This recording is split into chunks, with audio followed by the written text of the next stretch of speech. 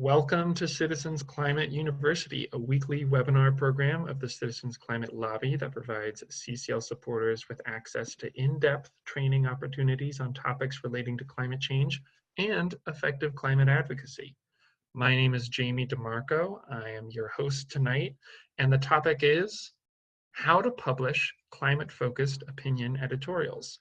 Thanks very much for joining us. So our topic tonight, like I said, is how to write opinion editorials, and our host is Steve Valk. Steve Valk, fun fact, besides Mark Reynolds, Steve Valk was the first full-time employee hire of the Citizens Climate Education. But even before he joined the Citizens Climate Education staff in 2009, his career included 30 years with the Atlanta Journal-Constitution and serving as media consultant for the citizen-driven anti-global poverty organization and Results. At CCE, he trains and supports volunteers as they publish letters, articles, and op-eds in local newspapers and develop relationships with their members of Congress. Steve writes the media material distributed to CCL volunteers and directs. The main points you're going to take away with tonight are: 1, understanding the writing process and tips for drafting your own climate change focused op-ed.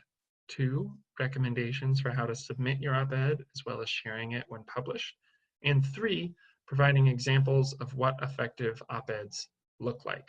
And with that, I'm going to turn it over to Steve. Great. All right. Well, welcome everybody. Great to have you here.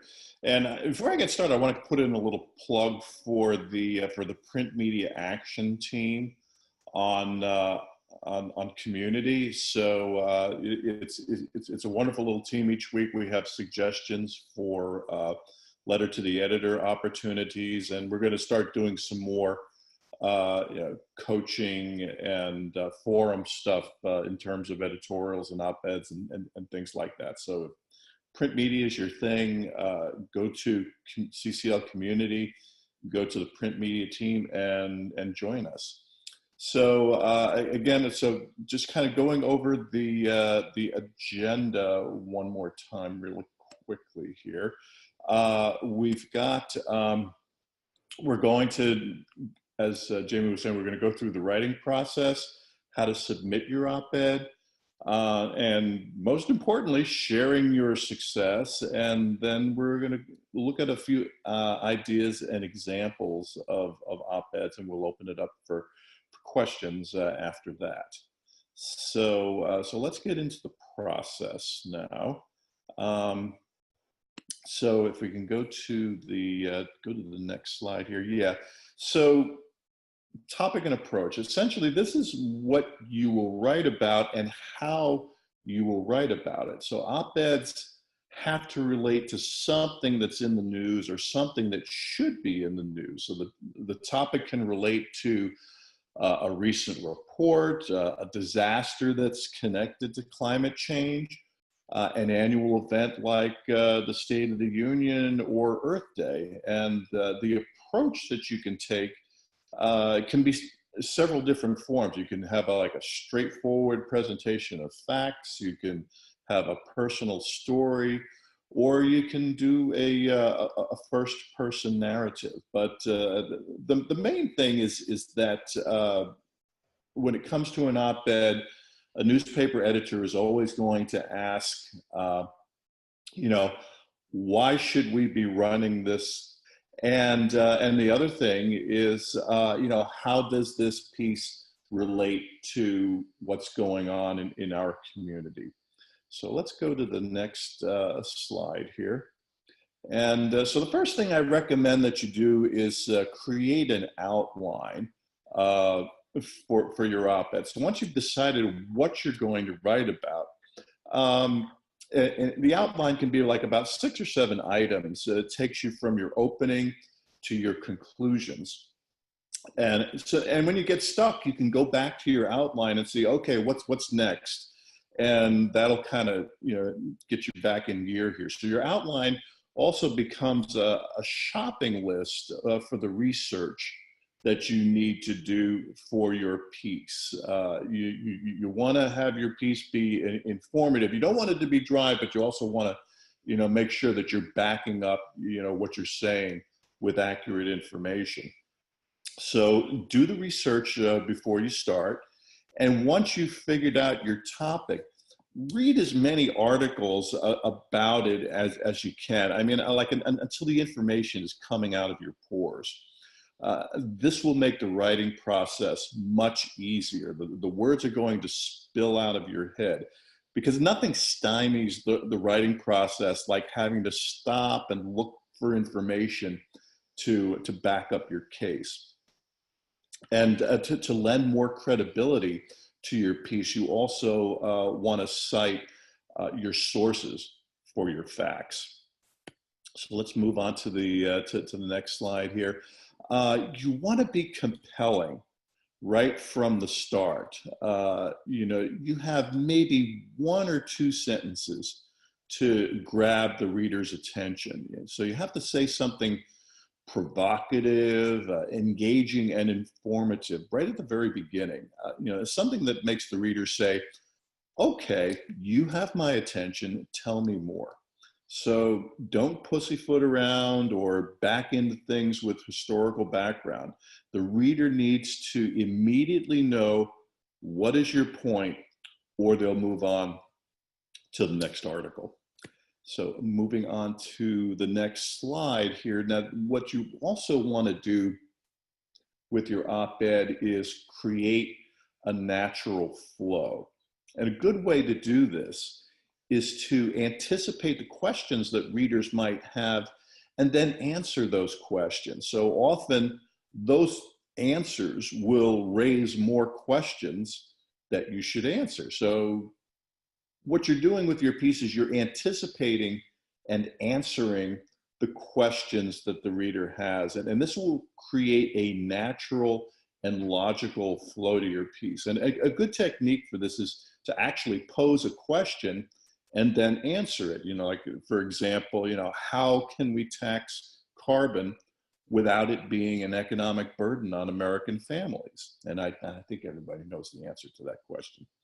So moving on, the other important thing is the local angle. Your local newspaper that doesn't care about the fate of polar bears in the Arctic, but if you can relate climate change to what's happening in your state and community, the editors are more likely to accept your piece. So, for instance, what is the impact that climate change is having in your area and will have in the future? What are some of the opportunities that might exist in your area as we transition to a cleaner energy and greater efficiency? So very, very important to talk about the local impact and the local opportunity that there is in this transition away from fossil fuels. So moving on, you want to stay focused. Don't try to say that, there's this big temptation. Oh, I've got 700 words. I'm going to say everything I always wanted to say about climate change and carbon pricing. But you really don't want to do that. You want to stay focused and try to just get one or 2 points across, and then take the time to explain them thoroughly. So a call to action in publishing an op-ed, you've been given the biggest megaphone in your community. So you want to use it to issue a call to action in your piece, like telling people to contact their congressperson to support a revenue neutral carbon tax. And now we actually have a bill that we can refer people to. So you want to stay focused. You want to have a call to action in your piece. So moving on to the next one here. You want to have a strong conclusion. You want to finish strong. The things you need to do at the end of your piece is to repeat the main point, circle back to the beginning. That's usually a good device. And the end of your piece, you want to kind of finish up with a little bit of a rhetorical flourish. Maybe some kind of a play on words or something like that. You want to you want to have sort of that ta-da effect at the at the end of your piece, that people feel like they've really reached a conclusion. There's nothing worse than reading a piece that just sort of trails off and doesn't feel like there's any closure to it. So you want to have a strong conclusion. So a good way to find out how to measure the quality of your piece is, can you write a headline for it? So if you can't sum up what your piece says in 8 words or so, you've got a problem. There's a problem with clarity. So you might want to consider a rewrite at that point. But definitely clarity is an issue with op-eds. You don't want the reader kind of scratching their heads and saying, what is this all about? And one of the ways to tell whether or not you're being clear is, can you write a headline on this? And when you submit your op-ed, you also want to include a suggested headline, because more often than not, they're going to use that headline. And so this reduces the risk of a bad headline being written. And the headline is essentially the entry point to your piece, and you don't want a botched introduction. So, make sure you can write a headline and then include that suggested headline with the piece when you submit it. So then how do I submit an op-ed? So what you'll want to do is go to the newspaper's opinion page and see if there are instructions for submitting an op-ed, and be sure to adhere to the newspaper's word limit. If they say 600 words, don't give them 800 words. Give them what they want. You want to introduce, when you submit the op-ed, you'll want to introduce yourself briefly and make a short pitch about why they should be publishing your piece. So that would be like just a short note at the top of your email when you submit the op-ed to, as I said, just introduce yourself and really kind of make the pitch of, okay, this is a great op-ed, and here's why you should be publishing. You don't need to go on and on, just a few sentences, but you do want to, kind of make a pitch at the top there. Now, if there are no instructions for submitting an op-ed, just find out who the opinion page editor is and send it to the editor. And if you want to submit to multiple papers, make sure that they don't have a policy preventing your op-ed from being published in other newspapers. Some newspapers like to have exclusivity on op-eds. Just make sure, if that's the case with your newspaper, that you're not peddling it around to other newspapers. So moving on, the next thing that you'll want to do is to share your success if you get published. So first thing you want to do is send a thank you email to the opinion editor for publishing the op-ed, and then ask your group leader or whoever is designated to do it to submit a field report for this publication. We track all of these, our letters to the editor, our op-eds, and all that. So make sure somebody in your group is sending in a field report about it. And then, share the op-ed with your chapter. Everybody in your chapter will be thrilled, to see that you've gotten something published.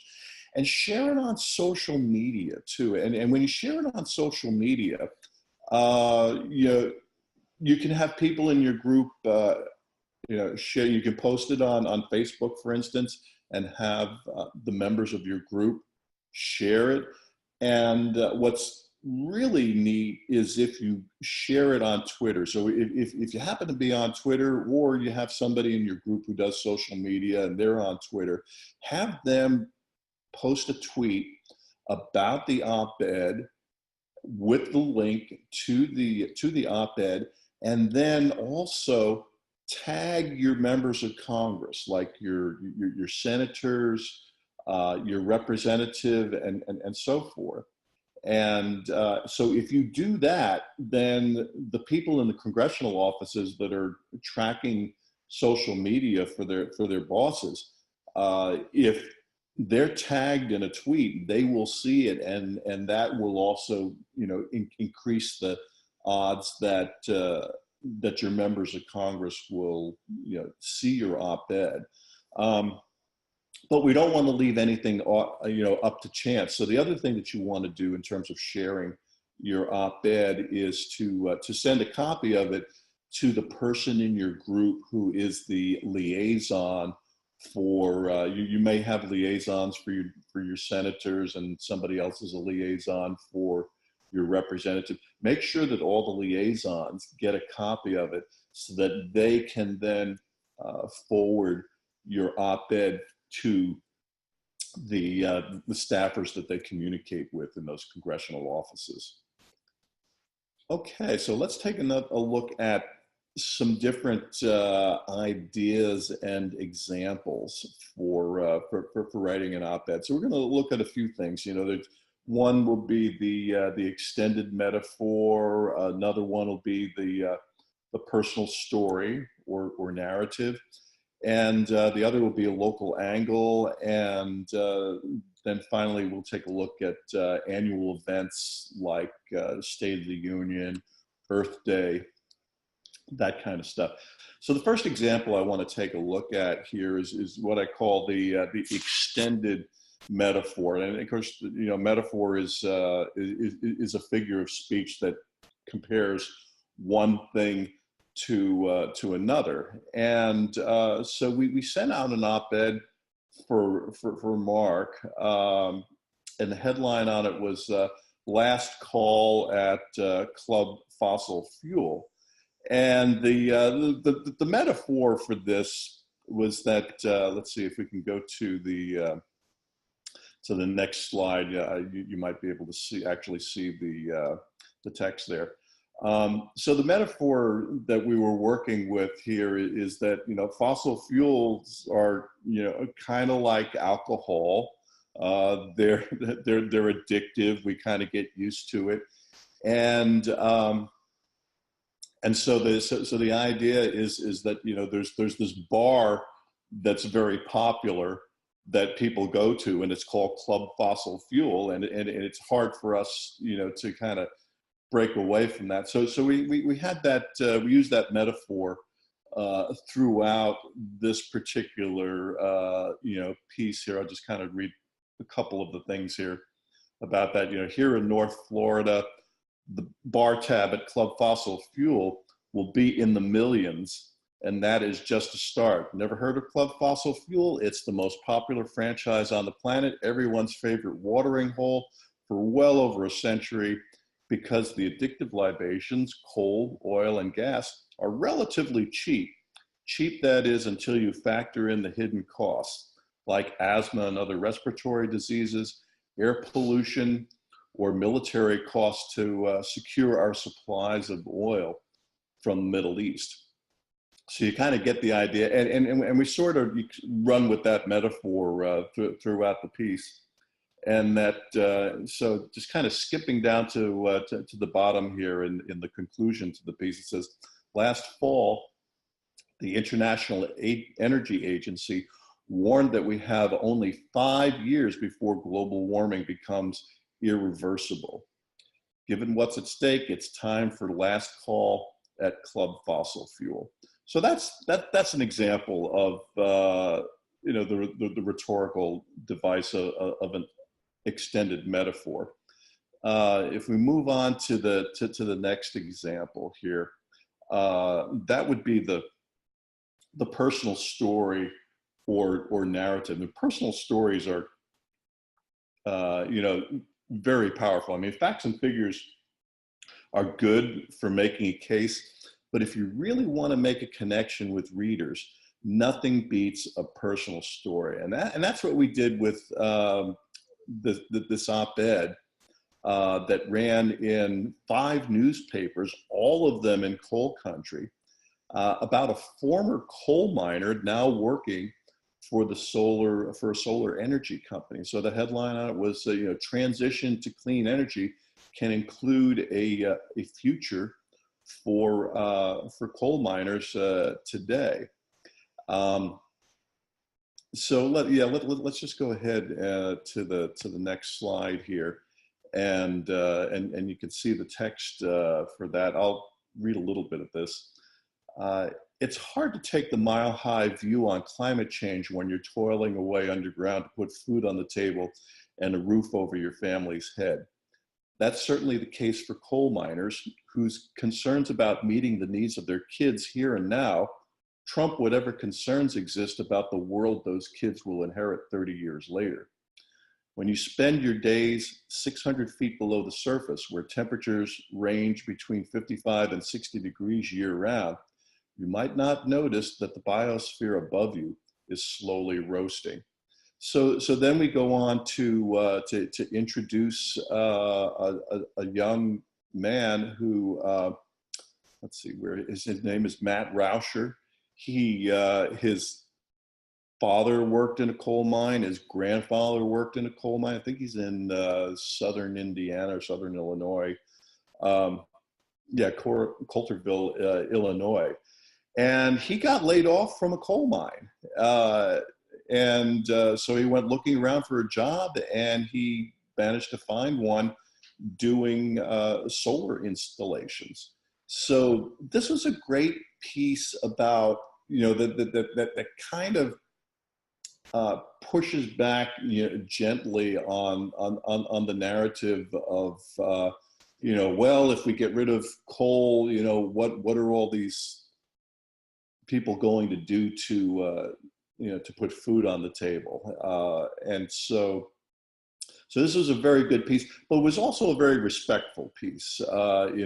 Just kind of acknowledged coal miners and the job that they do and that sort of thing. But it was one of those pieces that told a personal story, and I think it was one of those pieces that people could really kind of latch on to. And when we sent it to various newspapers, I mean, it ran in the St. Louis Post-Dispatch. I think it ran in the Pittsburgh Gazette. It ran in 5 newspapers in coal country, and the reason those papers picked up this piece was because there was a compelling personal story that was involved with this. So let's move on to the next example, and that would be the local angle. As I was mentioning, the more you can connect the issue to how it affects your city and state, the more relevant it will be for readers. So this particular piece, this was written by Brian Etling. And the headline on it was, shrinking Crater Lake snowpack argues for carbon tax. So if we can go to the text on that. So Brian opened up his op-ed, saying, well, almost 2,000 feet deep, Crater Lake is the deepest lake in the United States. It is located in Oregon's only national park. Fed by overhead snow and rain, this lake is one of the cleanest and purest in the world. So he goes on to talk a little bit about Crater Lake in Oregon, and he knows all about it because he's a national park ranger. He was a national park ranger who spent his summers there, and so he talked quite a bit about how drought and diminishing snowpack is affecting the lake, and it's also affecting the runoff that supplies the water and everything. So this is a very strong local angle here, because Crater Lake is probably one of the most iconic landmarks in the state. And this particular piece, I think, was picked up in at least a half a dozen newspapers in Oregon. So this was really popular. But again, it was very strong with the local angle and talking about Crater Lake and the effect that climate change is having. And of course, he also, got in, at the end of his piece, he got in a pitch for carbon fee and dividend. So I'll read the last paragraph that he has here. The best way to limit future droughts threatening our farms, cattle ranches, salmon fisheries, and drinking water supply is to take action on climate change. That action, a national fee on carbon with revenue returned to households, will only happen if Oregon citizens tell our members of Congress, such as Representative Greg Walden and U.S. Senators Ron Wyden and Jeff Merkley, to make it so. So that's an example of the local angle type of approach for writing an op-ed. So another approach would be the annual event, and so there are things that kind of come up on the calendar every year that shouldn't take anybody by surprise. New Year's, Christmas, the State of the Union address, Earth Day. Usually there's a big climate conference that happens in December with the UN. So these are things that happen throughout the year that are coming up. And so they also provide an opening to draft and submit an op-ed. So let's take a look at the text for the example that we have here. Carbon tax offers hope for reducing pollution. So this was a piece from Mark that was sent out for Earth Day, and so what he did with this piece is he kind of opened up with, and I said usually you don't want to back into a piece with historical background and stuff like that, but in this particular instance, if you're tying something into Earth Day, you want to provide the context for the piece. So it opens up, when 20 million Americans participated in the first Earth Day on April 22nd, 1970, the movement to clean up our air and water and to prevent our world from becoming one big garbage dump was born. Before the year was out, Congress passed and President Nixon signed the Clean Air Act, establishing the Environmental Protection Agency as the guardian of all that we breathe and eventually the water we drink. So gives a little bit of background about Earth Day and how that was connected to starting the EPA. And then from there, we talked about, okay, well, back then it was all about cleaning up our air and our water. Now we have a problem with climate change. So what are we going to do about it? And then, of course, what the op-ed suggests is that we need to put a fee on carbon and return the revenue to households. So so if I can kind of skip down to the bottom, again, when you're concluding your piece, you want to kind of circle back a little bit to the beginning. So that's what was done here at the end of this piece in the last paragraph. It said the original Earth Day crystallized a movement that brought us the agency charged with protecting the purity of our air and water. Rather than attacking the EPA for trying to do what Congress has failed to do, our lawmakers can rise to the challenge and enact a national tax on carbon that gives revenue back to the people.